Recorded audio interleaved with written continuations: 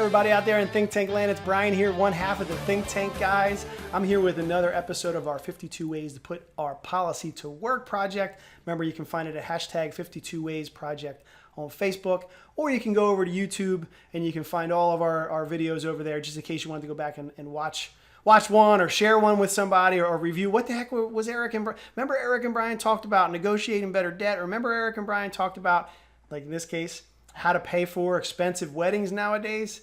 Well, we're going to talk about how you can use your policy for that. And this is something that starts to get on my that's been on my wife Amy and I's mind. Our babies, our little baby girls, is growing up right in front of our eyes. And one of the things we got to think about, besides just her asking about a cell phone, her asking for a car at one point, I'm going to teach her some entrepreneurial skills and get her out there creating value for the world and making some money.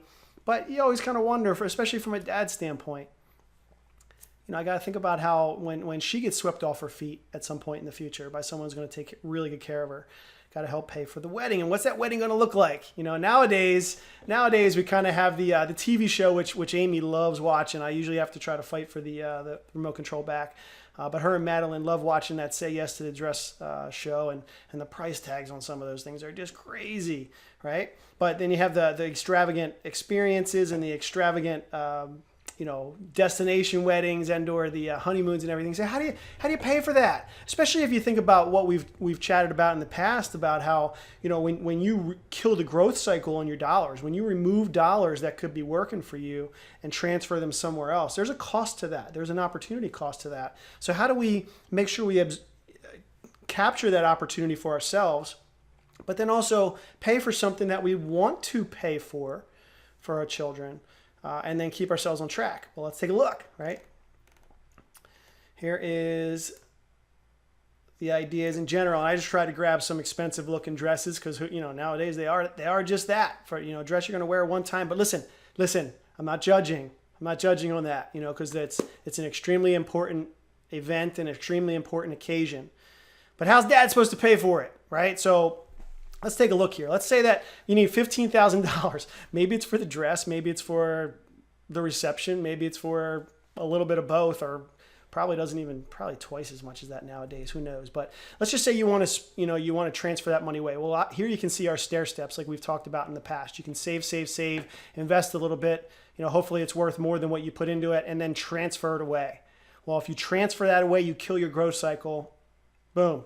The wedding's paid for or whatever, but that money's never working for you ever again. You can also utilize credit in some capacity, and you can effectively use the credit, drop it here into debt. The blue on top of that credit as we chip back away and you make payments back towards the credit is obviously the interest you pay on that. And at some point you'll be able to pay off the wedding, hopefully before you're, I was going to make a joke, hopefully before you're 80 years old, right? But you pay back that wedding and it's back there. Now, for those of you who have a policy and you're trying to reflect on this, I am going to show you numbers here in a second too.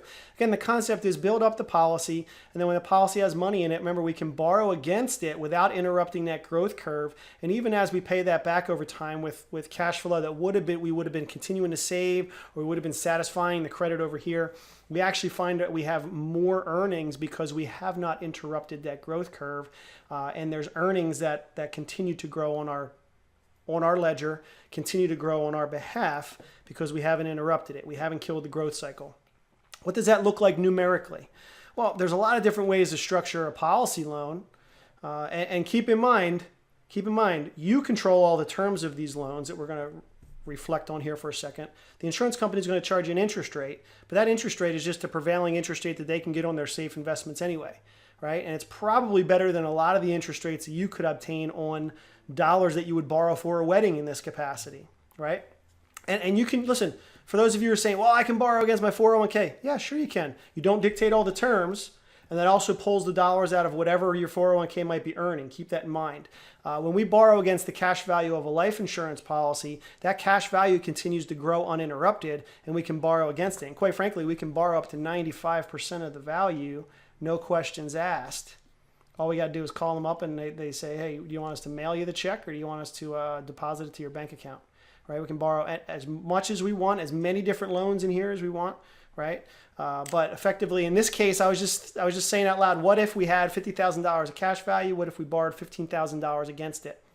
Well, interestingly enough, that $15,000 of cash value continues to grow inside of the policy. And quite frankly, I'll even show you, you're not even interrupting the 50. Let me actually pull that over real quick. Where's my other one at? Just do this for 5 years. Right? You're not even interrupting the $15,000 is going to continue to grow. And I'm being conservative here with 4.5%. But the whole 50 continues to grow the entire time that the money's out. That's an important piece there. I'm going to go back to this 15 in a second. So while you have that 15 out against it, that 15 is continuing to grow. And what's interesting is that over here, let's say we set ourselves up on a 5-year payback. Let's say that over the course of 5 years, we pay back $3,300 per year. And that effectively knocks, you can see this, that effectively knocks the loan down from $15,000 that we were using for the wedding down to zero. Now, what's interesting is that I want you to see that we've paid $1,498 in interest that was paid to the life insurance company. But that was paid to them because we were borrowing their money, not ours. Our money continued to grow. So that same $15,000 that we're referring to actually continued to grow uninterrupted. And again, like we're saying, once this policy is, the cash value on the inside is easily earning over between 4 and 5, sometimes even more nowadays. And it's not being taxed. Remember, it's not being taxed. It's not volatile. It's immune to the market, uncorrelated to mutual fund type assets. Over those same 5 years, it earns $3,693 while you paid back $1,498 to the insurance company.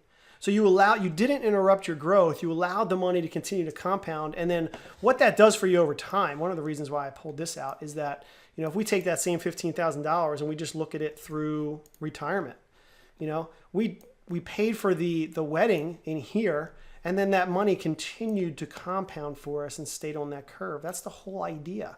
And as a matter of fact, it's the whole $50,000 that's doing it while we're using it elsewhere. The whole $50,000 that's growing while we're using it elsewhere because we're not interrupting that growth. So for the clients out there that are wondering about that, for clients like myself that have a little daughter that kind of wondering, the dads, especially responsible dads, how am I going to do this?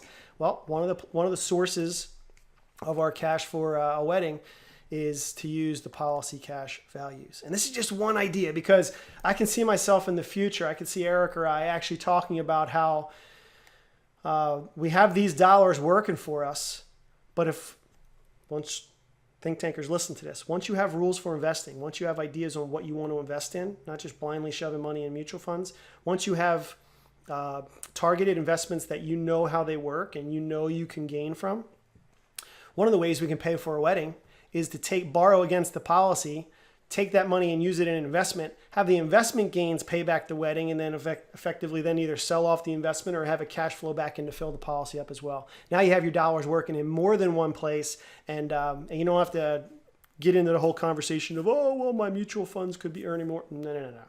Let's get away from that.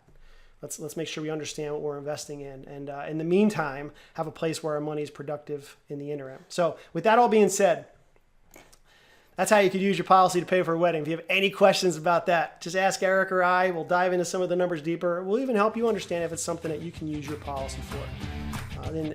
Between now and then, for me, Brian, one half of the Think Tank guys, for Eric, the other half of the Think Tank guys, you guys be prosperous.